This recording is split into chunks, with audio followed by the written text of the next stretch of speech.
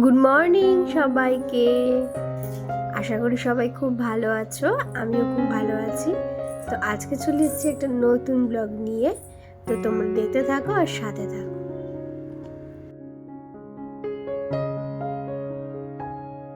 তো আজ করব আমার ঘরের একটু ডেকোরেশন বলতে সেরকম কিছু না, বিছনা চাদরটা জাস্ট তুলবো আর এই বইয়ের একটা পুরো গুছাবো আর এখানে টুকটাক একটু গুছাবো, কারণ অনেক দিন ধরে পরিষ্কার করা হয় না, সেই জন্য। তো তোমরা পুরো ভিডিওটা দেখতে থাকো।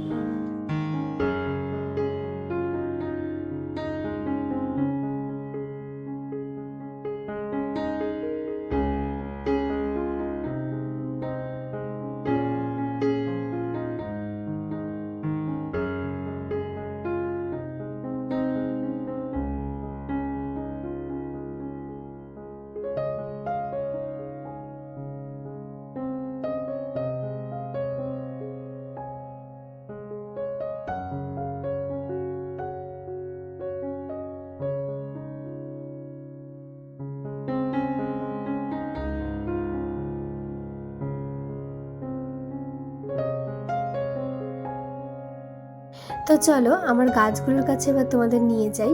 আর দেখো গাছে না অনেক জল দেয়া ছিল, যাই হোক জলগুলো মনে হয় সব শুষে নিয়েছে, যা গরম পড়েছিল দুদিন ধরে।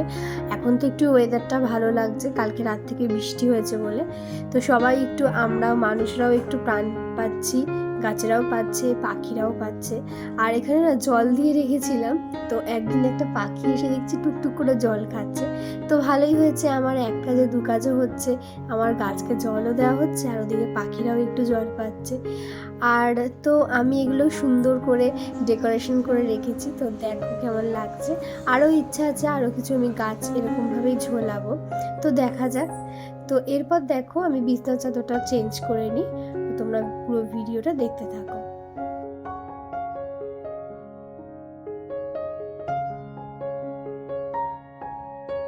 তো দেখতেই পাচ্ছ আমার কিন্তু বিছানা চাদরটা চেঞ্জ করা অলরেডি হয়ে গেছে। আর এখন করবো হচ্ছে সোফাটা, তো তোমরা সোফাটা দেখে নাও কি অবস্থায় আছে। তো চলো সাথে থাকো।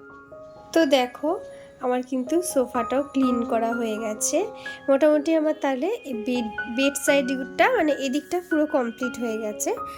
আর এবার করব বইয়ের তাকটা আর আমার ড্রেসিং টেবিল আর এই জায়গাটা। তো চলো দেখতে থাকো আর সাথে থাকো। তো দেখো আমার কিন্তু পুরোটা ক্লিন করা হয়ে গেছে। আর নিজের জায়গাটা যদি পরিষ্কার পরিচ্ছন্ন থাকে তাহলে দেখবি সেই জায়গাটাতে থাকতেও ভালো লাগে।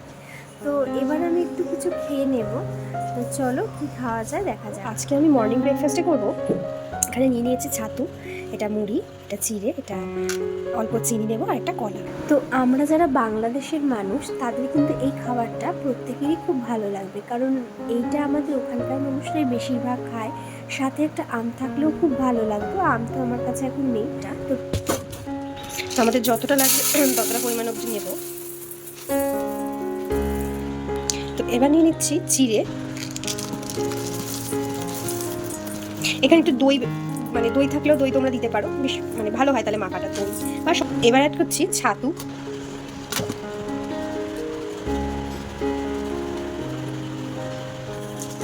পরিমাণ মতো চিনি, চিনিটা একদম অল্প নেবো, বেশি চিনি খাওয়া উচিত না।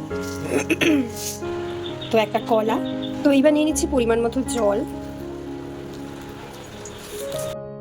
এর মধ্যে কিন্তু দুধও ব্যবহার করা যায়, কিন্তু আমি তো দুধটা খাই না, সেই জন্য আমি জল দিয়েই এটা বানাবো। আর অনেকে এটা আমি একটু নরম করে মাখতে দেখেছি, আমি যদিও একটু আঠালো করে মাখি। তো দেখো এইরকম, আর এটা কিন্তু খুব হেলদি খাবার।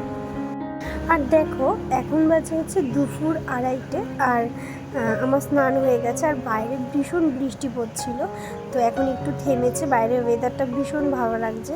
তো এখন আমি লাঞ্চ করব। তো আজকের লাঞ্চে কি আছে চলো দেখা যাক। তো আজকের লাঞ্চে আছে আম ডাল, যেটা টকের ডাল বলে, আর সাথে ভেন্ডি পোস্ত। আমি না ভেন্ডিটা বেশি ভালোবাসি না খেতে।